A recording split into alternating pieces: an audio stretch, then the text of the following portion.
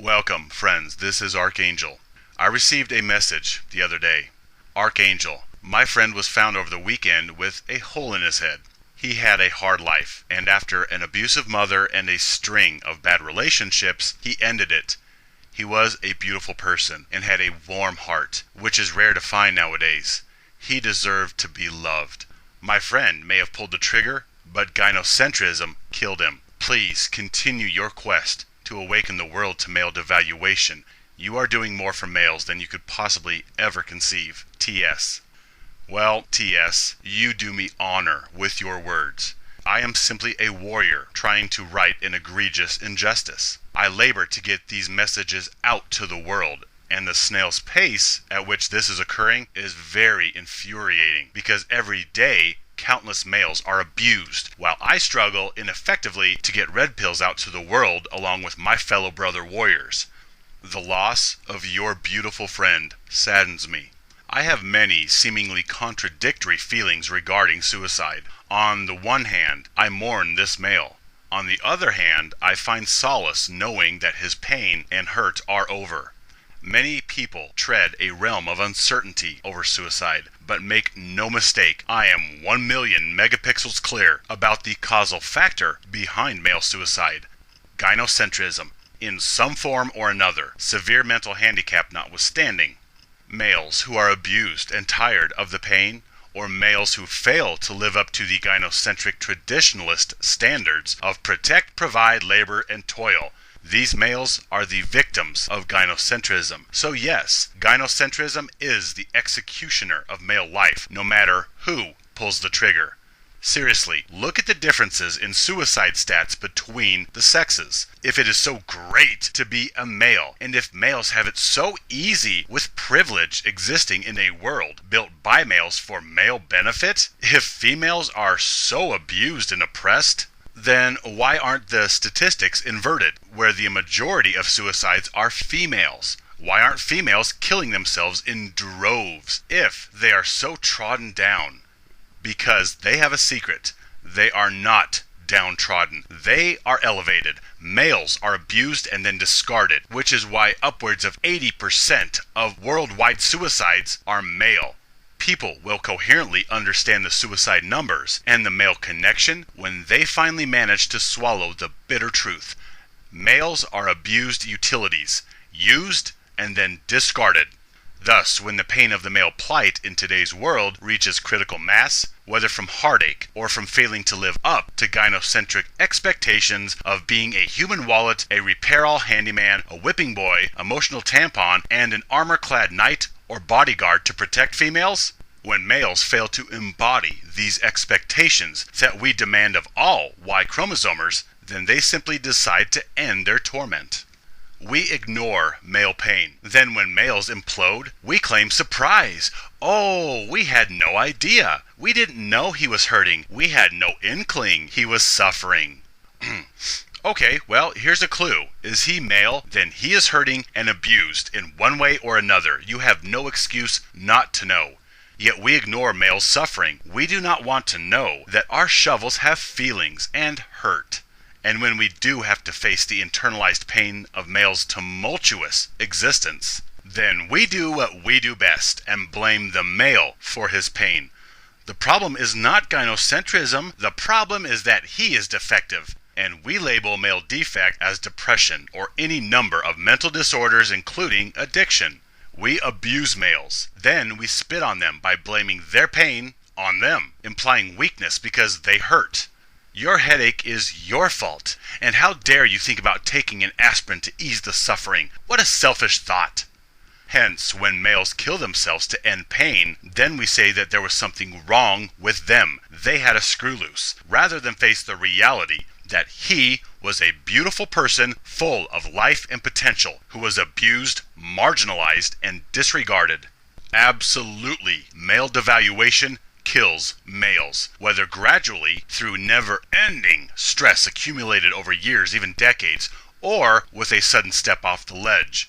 We are inundated with statistics about female longevity in contrast to males' shorter half-life, and we further impugn males by stating that this is because females must be biologically superior to males. built out of better materials. That's why they live longer. Well, I'll tell you, here and now, the reason males are shorter lived is because they are devalued and used their whole lives. Their life is drained and usurped from them in the form of utility, period. That is why males seemingly have less longevity, because stress kills, and apathetic usury and abuse causes unfathomable amounts of stress, which we then compel males to swallow. So you abuse them, you build pressure with no redress. Yeah, eventually you have a Chernobyl. Try asserting inferior biology with study this or statistic that all you want to explain diminutive male longevity, but you merely point out the physical manifestation of internalized pain and stress. Yeah, duh, eventually devaluation will manifest as heart or cell abnormalities. This is in no way a conclusion of male inferior biology. You merely point out the symptoms of an egregious injustice males must swallow their entire lives when you say that males are prone to heart this or cancer that because apparently they are of inferior design, as is demonstrable by their shorter lifespan. Yeah, well hey, guess what? Females might be dropping like flies if this world was overly androcentric and existed off the toil and sacrifice of female lives for male ease and comfort.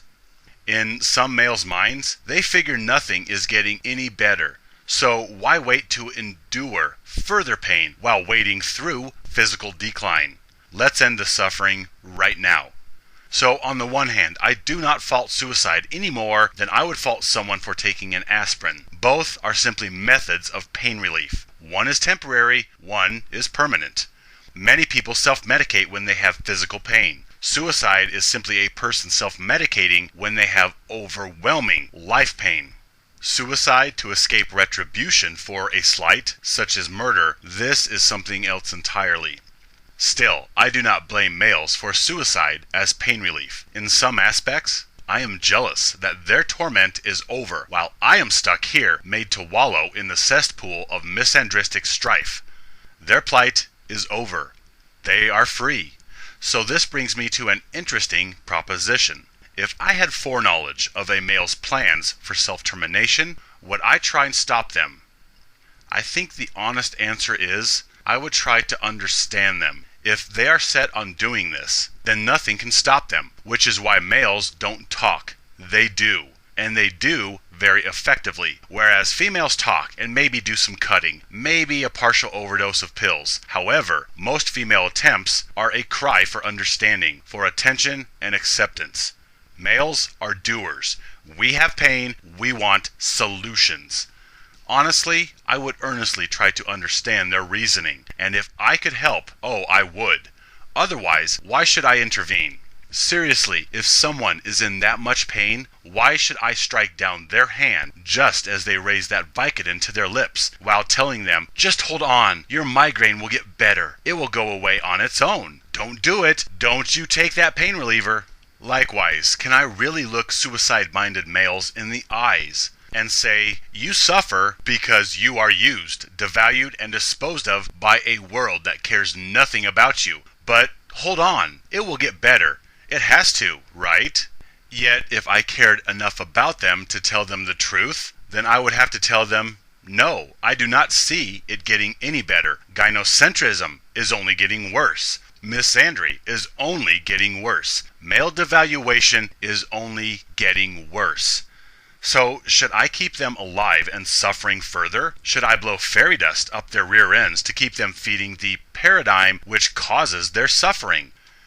Is it the compassionate course to lie to the suffering and counsel them to hold on, it will get better, especially when you can blatantly observe the cause of male suffering, gynocentrism, as only escalating?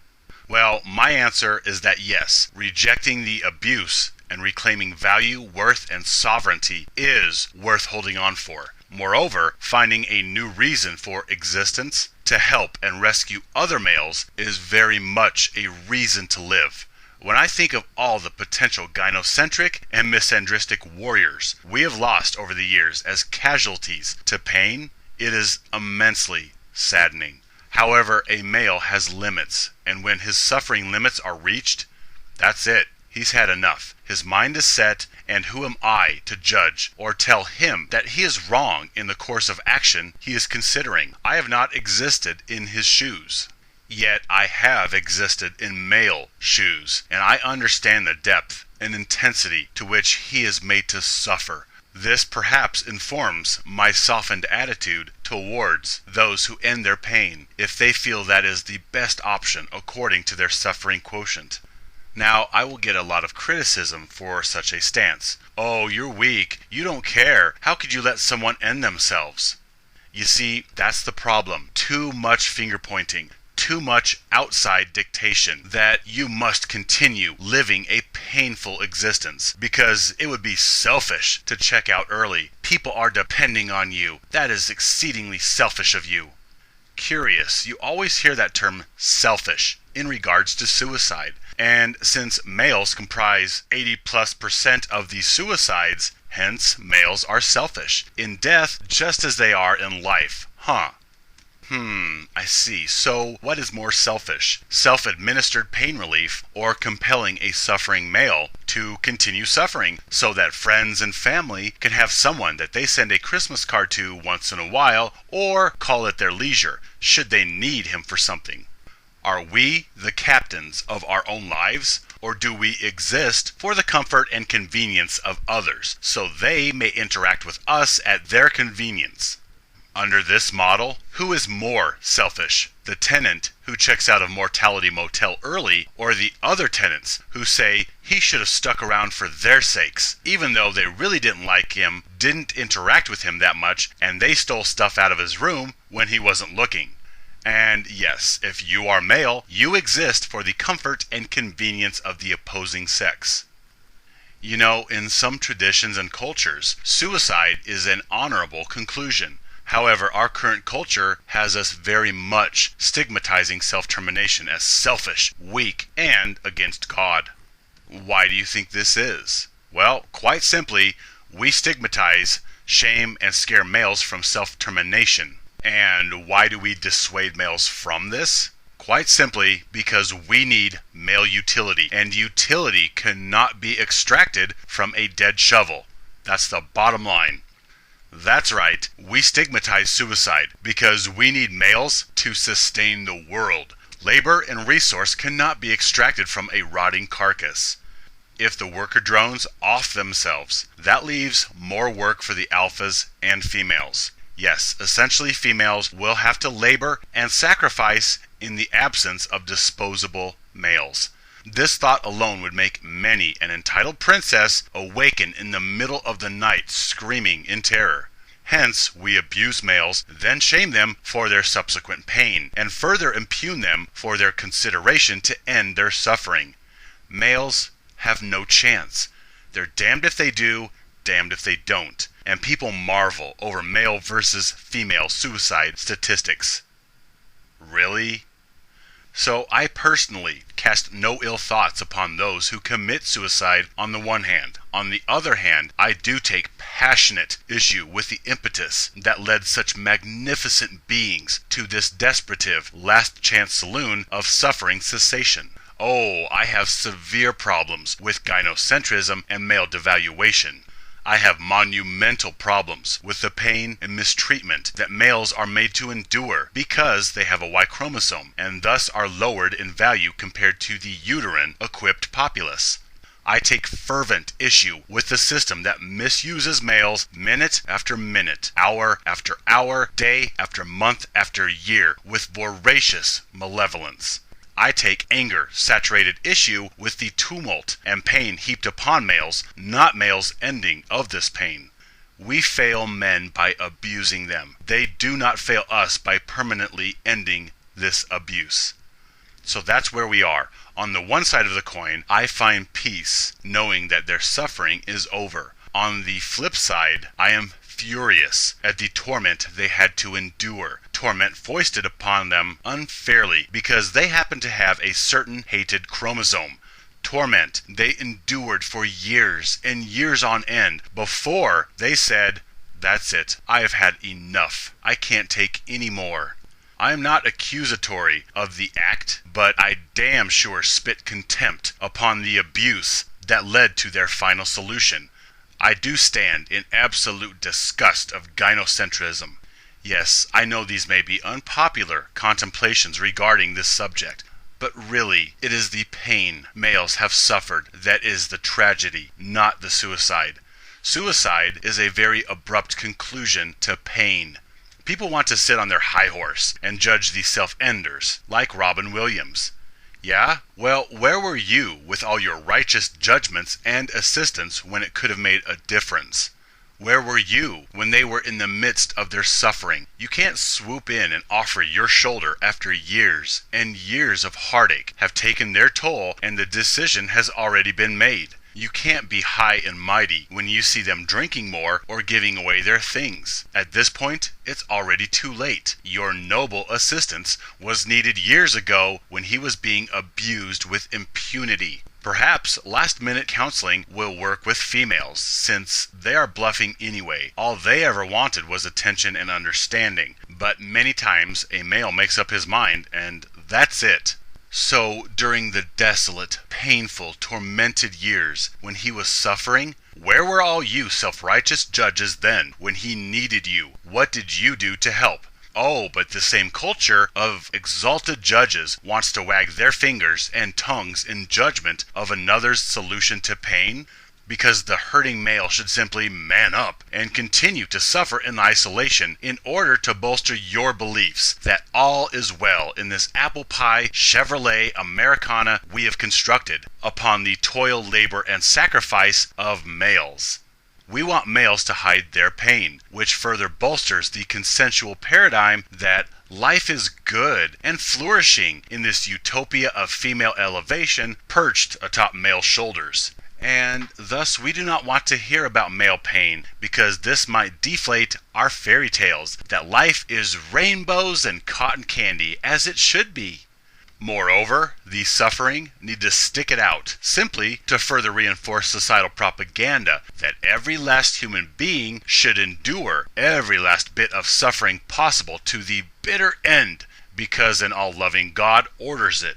Oh, yeah, and it doesn't hurt that we'll get a few more years of utility out of these males and a few more tax dollars to grease gynocentrism with. Then, these males can die when the stress of their abuse manifests as an aneurysm, but not a second before. They need to continue under their yokes until they simply drop dead, at which point we merely kick that disgusting carcass out of the way and get a new ox to put beneath the newly emptied yoke.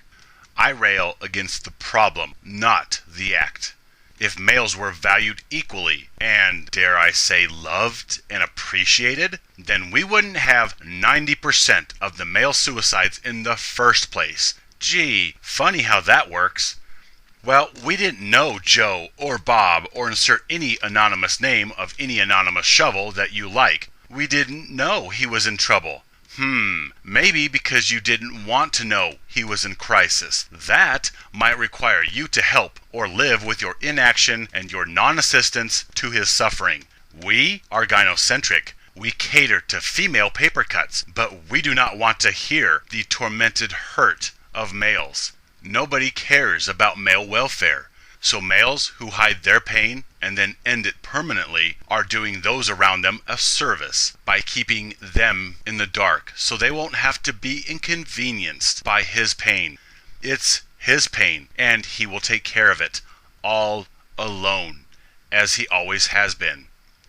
People have no excuse. Is he male? Then he suffers. All males suffer in some form or fashion.